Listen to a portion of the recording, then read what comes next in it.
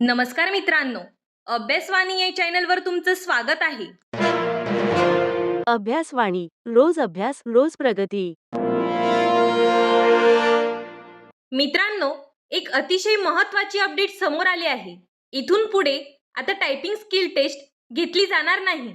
या ठिकाणी तुम्ही पाहू शकता, एमपीएससी कडून एक प्रसिद्धीपत्रक सादर करण्यात आले आहे. एमपीएससी ची तयारी करणाऱ्या विद्यार्थ्यांसाठी हे अत्यंत महत्त्वाचे आहे. तर बघा, यात काय सांगण्यात आलेले आहे. या अगोदर जेवढे जे काही लिपिक टंकलेखन आणि कर सहाय्यक एक्झाम घेतली जात होती आणि त्यानंतर त्याची स्किल टेस्ट ही घेतली जायची, परंतु आता ही कौशल्य चाचणी आहे ती पूर्णपणे रद्द करण्यात आलेली आहे. इथून पुढे आता लिपिक टंकलेखन आणि कर सहाय्यकसाठी कोणत्याही प्रकारची स्किल टेस्ट घेतली जाणार नाही. पण यात एक महत्त्वाचा प्रश्न आहे, तो म्हणजे स्किल टेस्ट रद्द झाली तर टायपिंग सर्टिफिकेट लागेल का? तर हो. यात बघा, एमपीएससीचे सचिव यांनी आपल्याला स्पष्टपणे सांगितलं आहे की टंकलेखन परीक्षेचे प्रमाणपत्र हे महाराष्ट्र राज्य परिषदेकडून दिले जाते, त्यामुळे ते बंधनकारक आहे.